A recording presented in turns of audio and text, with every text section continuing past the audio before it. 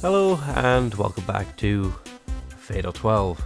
On the last episode we had the second round of the Divine Selection, which at least every character we've been introduced to so far, I guess under the quotations of on our team, has survived.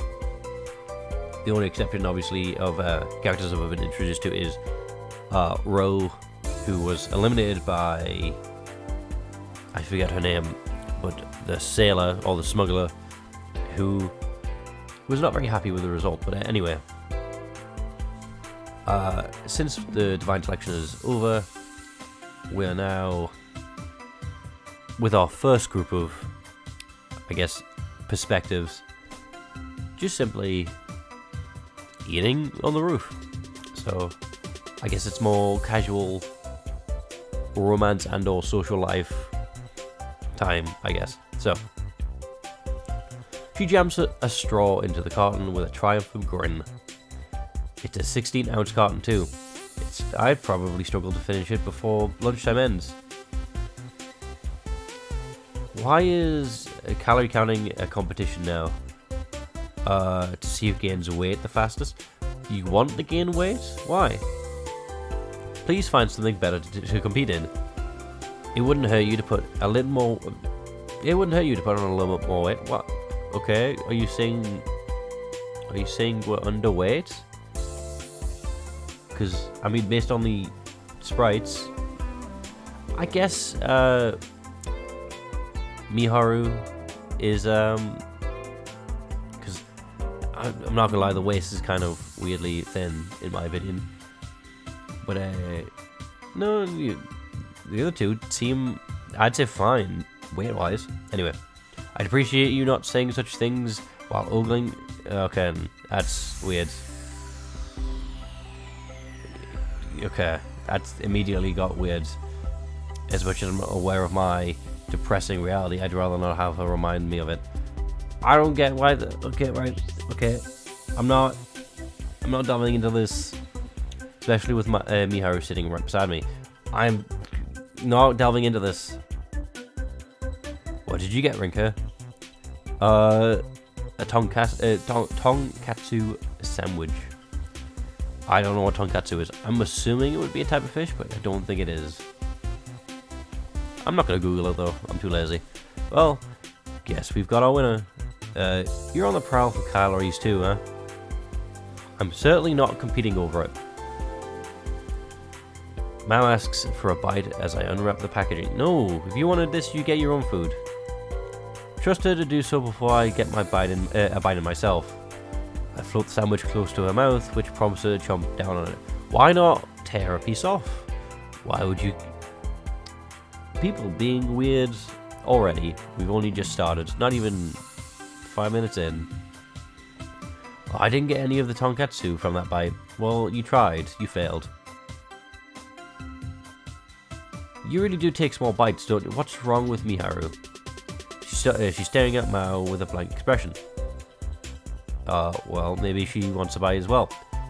Yeah, if we know where the festival went, she's jealous. Want to trade your ham sandwich? I'll give you the part Mao didn't take a bite out of. No, it's fine. I don't particularly like fried food in the first place. I don't like the smile on Miharu's face. It looks questionable. Please accept my humble apologies. Yep, Mao knows what she's done wrong. Mao presents her yakisoba bread as an offering to Miharu after apologizing. Unsurprisingly, Miharu turns her down, which elicits a laugh from her. Honestly, what a silly conversation. At the same time, it serves to remind me that moments like this are a regular part of my daily life. Rinka? What's up? Oh, sorry, guess I spaced out for a second there. That said, I got back to eating my lunch. We keep chatting away like usual on the rooftop until just before lunchtime ends.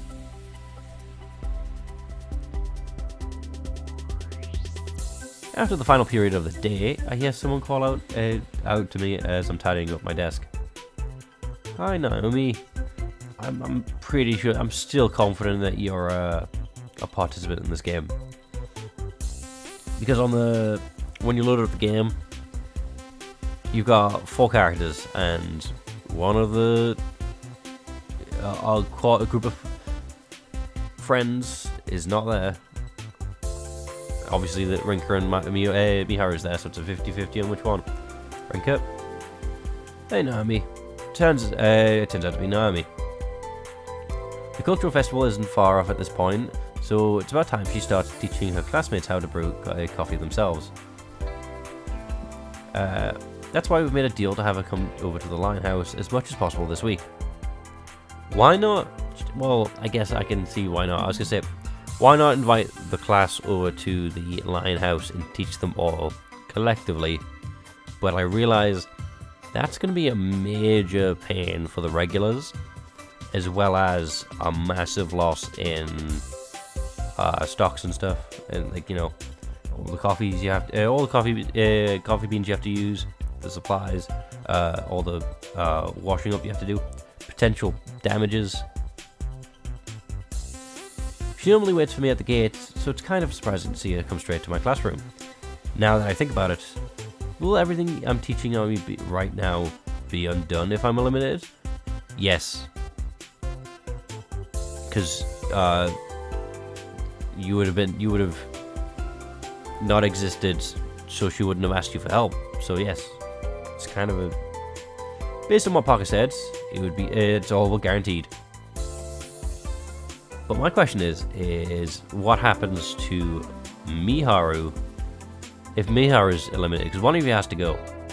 If Miharu goes, what does that change? Because we woke up in the conversation. It was Mao and Naomi. Obviously Naomi asked for help.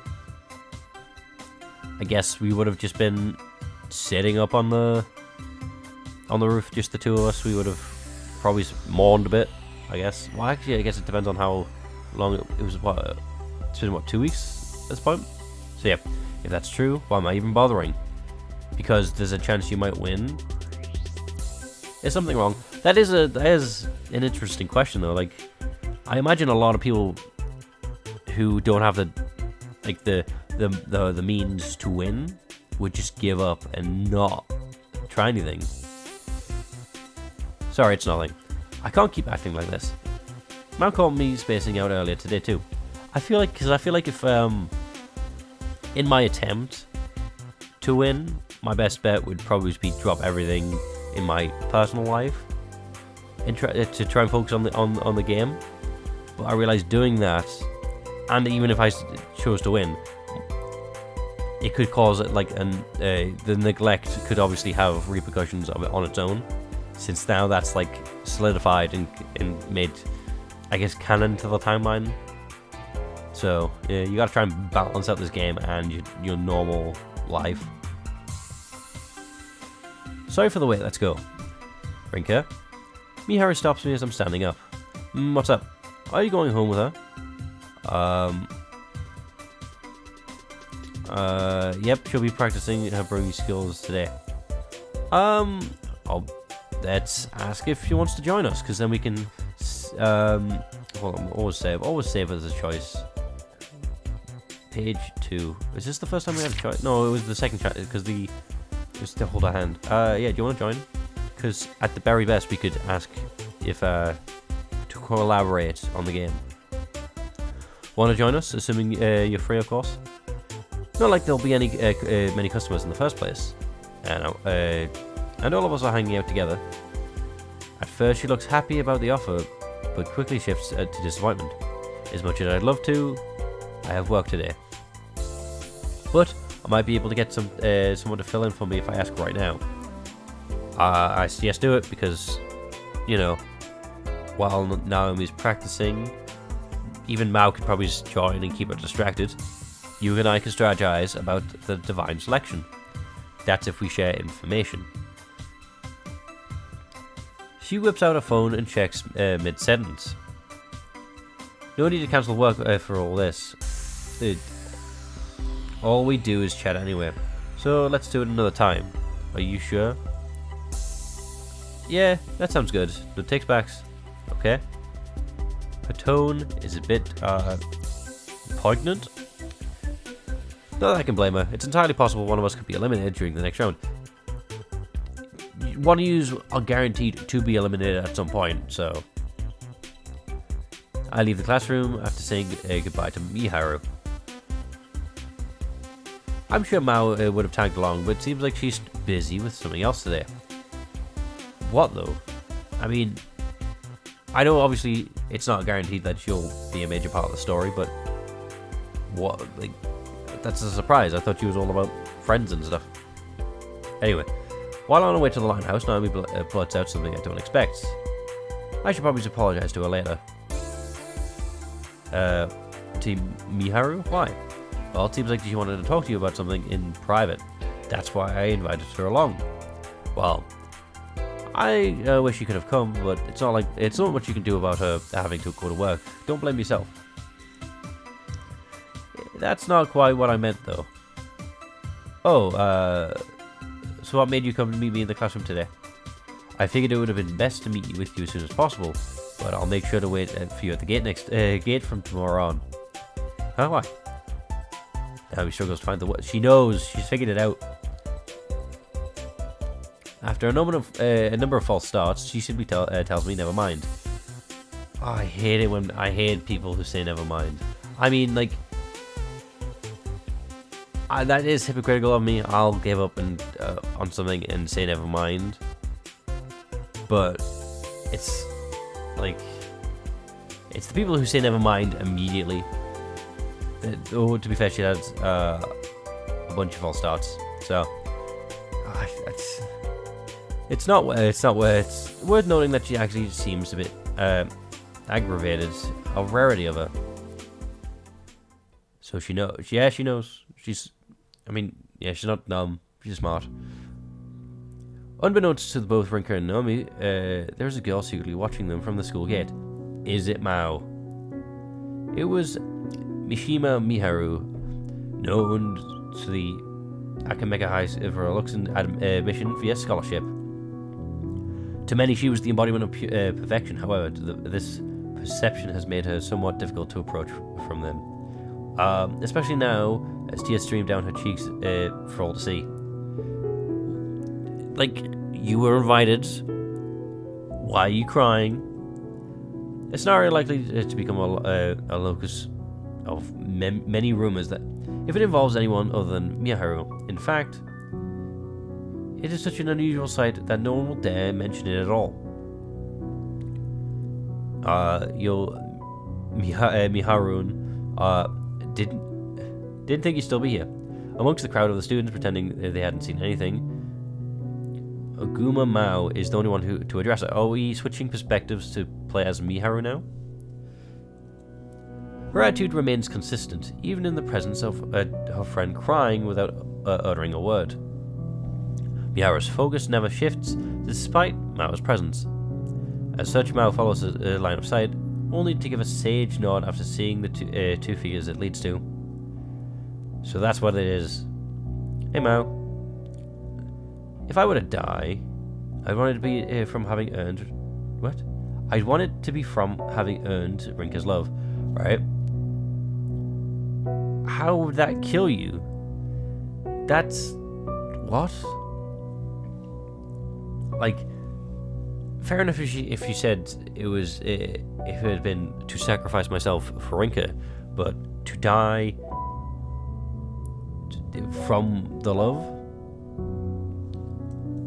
Her voice quivers as she says this to Mao. Her words lack even the slightest hint of exaggeration. Mao is well aware that she simply let her true feelings slip out. Miara's words fail to faze her. She responds as she always does. Well, guess you can't die just yet. Ouch. Ouch. She just said, wow, Rinka does not like you. She opts to not wait for Miharu to reply and walks off. And not because she doesn't care, she understands that Miharu sees no merit in sitting down and hashing things out. Or go and sing karaoke to shout those inner feelings out loud. Okay, cool. Mao is the weird character who just like Mao always seems like the type to go for fun, but sees someone crying, goes, "Okay, you do you," and just leaves. Instead, she leaves Mao here to digest those simple words. That's also true. She left after simply saying, "The person you like does not like you." Mihira doesn't think of Mao being as being cold for doing so either. In fact, she feels absolutely nothing about her at all. Well, yeah, because she doesn't care. She only cares for Rinka, right? So, the only thing that in her heart is Rinka, who gradually sinks into the horizon. You could have came along. I mean, fair enough. You could be crying over the fact that one of you will have to die.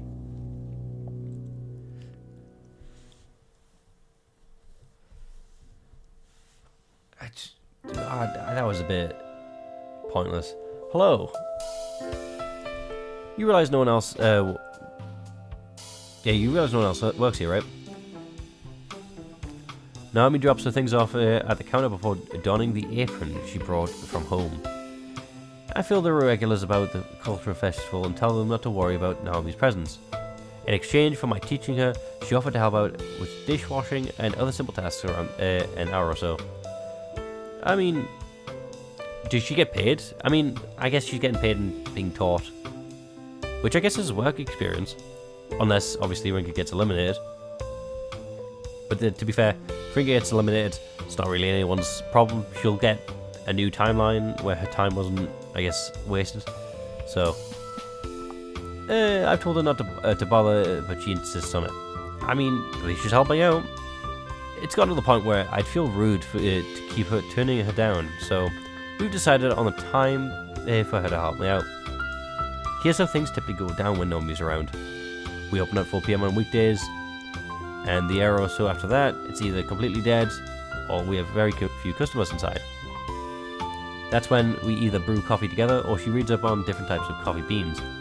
The latter is more out of personal interest than anything else, since it won't come in handy in the culture festival.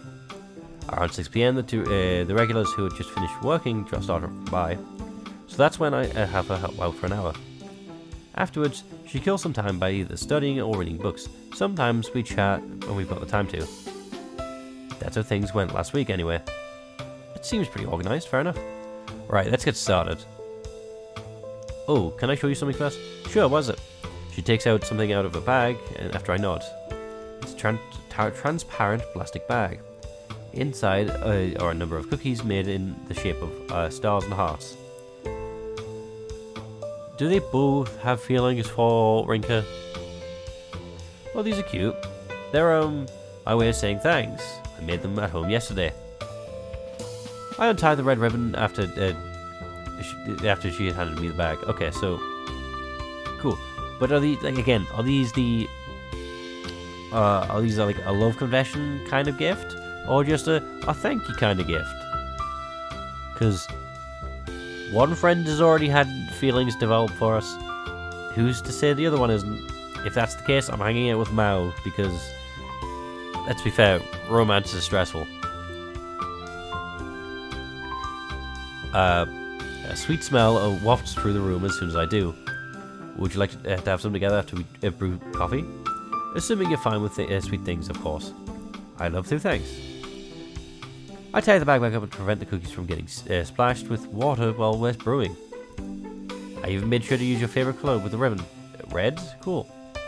It's a nice royal color, I guess. How'd you know that? Yours were red. Wow, you actually thought I wouldn't have known? Cool. It's questionable. I feel like it is another hint of someone having feelings for us. Leaving the cookies somewhere else visible. Leaving the cookies somewhere visible, I start the brewing process. Yep, you got it down pretty well now. You should be able to teach the others no problem. No way, I'd much rather practice some more. This may be a method for beginners, but who knows? We know how clumsy I can be. She can act as humble as she wants, but it's the fact that she's improving. I'm rather impressed of how well she's managed it when she's properly focused. I wouldn't be surprised if she shot... What? If she shot right ahead of me. Okay. Cool. If she shot right ahead of me, if it were my gran teaching her, this feels like a good time for a break. I've been looking forward to those cookies of yours. We have no customers right now, so it's perfect. It's the perfect moment to take a break. Can't say for sure if that's a good thing or a bad thing, though. I place the cookies on the plate and carry them over to our usual seats, along with some coffee. I mean, I don't know. Well, I'm just thinking because, like, if you're gonna have usual seats, I'm assuming this place does not have like booths or something, because single chairs, I would imagine, would be pretty noisy in an empty cafe, kind of, especially with like one or two regulars just moving about. After appreciating how great they look, I finally take a bite. Is that her biting, or is that her just being nervous? Someone hits Naomi's panic button as she waits for my erection. That was you. You hit the panic button. These are great. I'm not good at making dramatic reactions, so this is the best I can do. Sam, if I like it, I'll like it. I won't really kind of... Yeah. Naomi's eyes shimmer with excitement as that matches her beaming smile. What a relief. I have to sip my coffee before taking another bite. Oh, actually, is something the matter? These pair with the coffee quite well, don't they? I'm struggling to find a reason why, though. Yeah, I made them with extra the butter. You make cookies with... I don't know. I obviously don't know how baking works, but so they complement the bit of coffee you make. So you've actively made it in mind that we'd have it with coffee. Okay.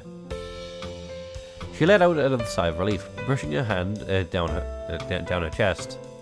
I'm so glad you like them. Cool. There's no way I wouldn't. There's no way I wouldn't when you went out the way. There's no way you wouldn't when you went and made them for me. Yeah, cool. Finally got through that sentence. There are a few too many for me to eat alone, so we end up eating them together, which is what she asked. She wanted to have them with you. She wanted them to share. Baking sweets is apparently one of her favourite pastimes. She can bake a whole bunch of things, but cookies seems to be her specialty. Isn't that just more things to have at the culture festival? Especially with the coffee, then, if we're teaching you how to make them in like a bitter way. It reminds me that my gran used to bake cookies as well. Granted, the taste was completely different from these. These are simple and mellow, much like Naomi, but at the same time, they don't feel as if they were made by someone not used to baking. An idea hits me once we're about halfway through the plate. Would you mind teaching me how to make these? Do we have the time? Maybe after the culture festival, maybe? Our customers would probably be thrilled to see more sweets on the menu. Learning directly from Naomi rather than trying to do so on my own is much more realistic approach too. And more importantly, I want our regulars to taste how good these are. However, I can't help but remember Divine Selection when Naomi stares at me in utter amazement. Why not just hire Naomi? She gets paid, she'll bake the sweets, you know. Yeah, it's another employee who helps out. She can wash the dishes. You know, it's like, you know, it works. Give her a job. You know. And that's something that she can put on her, I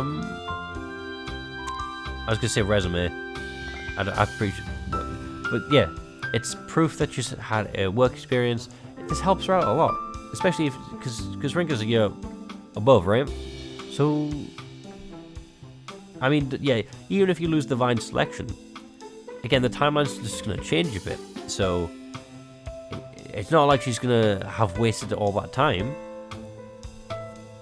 And if it succeeds, if you survive it, she now has a permanent job, and experience. Even if she does teach me, it'll all be for nothing if I get eliminated. Cool. Well, sorry if again I asked. There's no way I can tell her about the possibility of me dying, but I'm awfully close to doing so.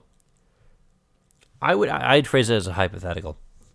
There's definitely a part of me that figures if I could lift some of the weight off of my shoulders, if I told someone about this, then well, you can't talk to Make Hero because she's technically an opponent. Why? Her overjoyed expression quickly clouds over as she draws her face close to mine. I'm almost like mulling something over, so I rush to find a way to respond. I can't keep taking up your time like this. Things can't continue this way forever. That's not what you're really thinking, is it? Huh? Besides, I'm the one who asked for you to teach me first. That, well, she struggles a bit before continuing. Sorry, I'm just not quite sure how to put this.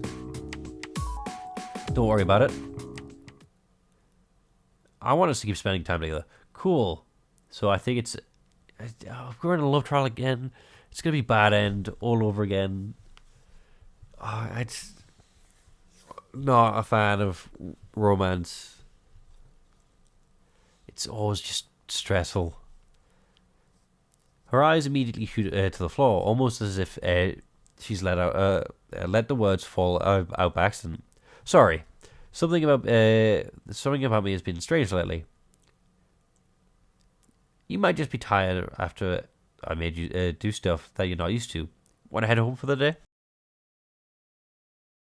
That's not it.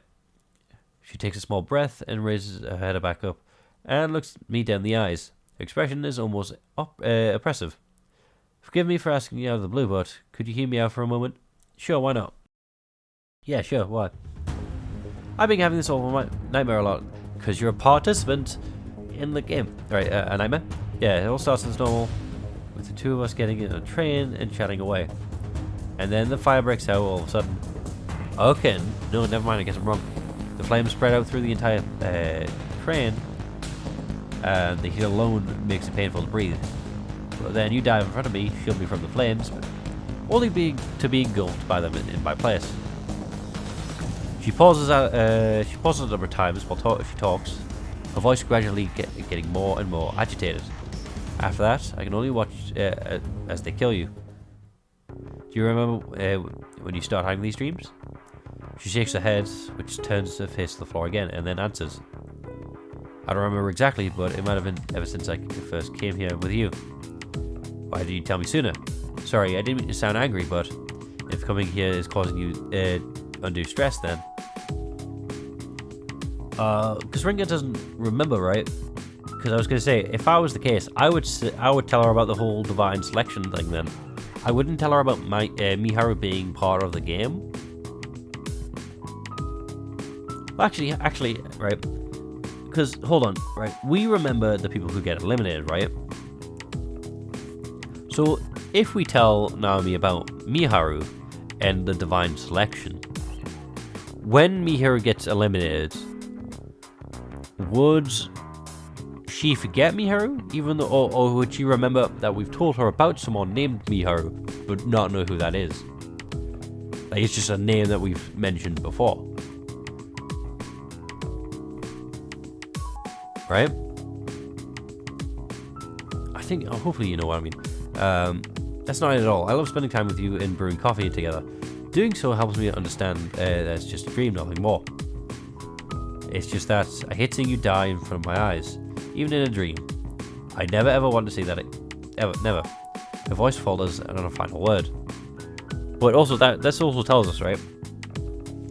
If Naomi is remembering, then there are going to be other people having the same sort of, like, issues, right?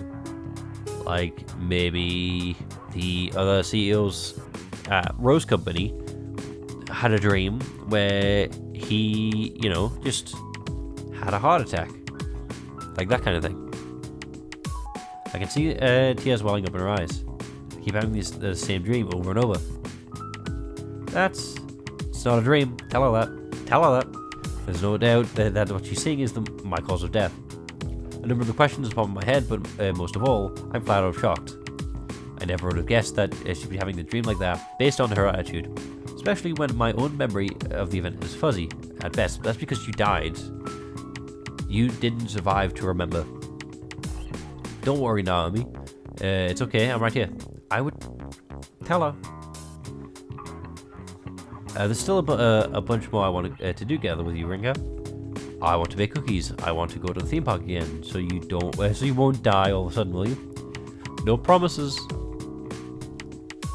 I can't force myself to non-response. After all, I'd already be dead if it weren't for the divine selection. That's true. What she's dreaming about actually took place. It's just been undone for the time being. Okay.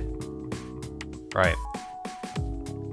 It makes me wonder, when did Parker said our deaths had been undone, did she mean that the world's memories of the events themselves have been rewritten? Well, clearly not memories, but I can't wrap my head around such a thing could even be possible. However, the fact of the matter is that Naomi's memories of my death is so deeply ingrained in her being that she's reliving it over and over in her dreams. Please answer me. Sorry. Oh no, I won't. I don't want you to apologize, but I do want you to answer my question. As long as you do that, I'm sure I'll be fine. Even if I had the same dream again. Cool. Sorry, but I desperately hold myself back from saying something I'll regret. I think for that, I'll have to call it there. I definitely think Rinka should tell her. What would you do in this situation, I guess? That's my question to you is. But with that, hopefully I can see you in the next one. Hopefully you've enjoyed. With that, goodbye.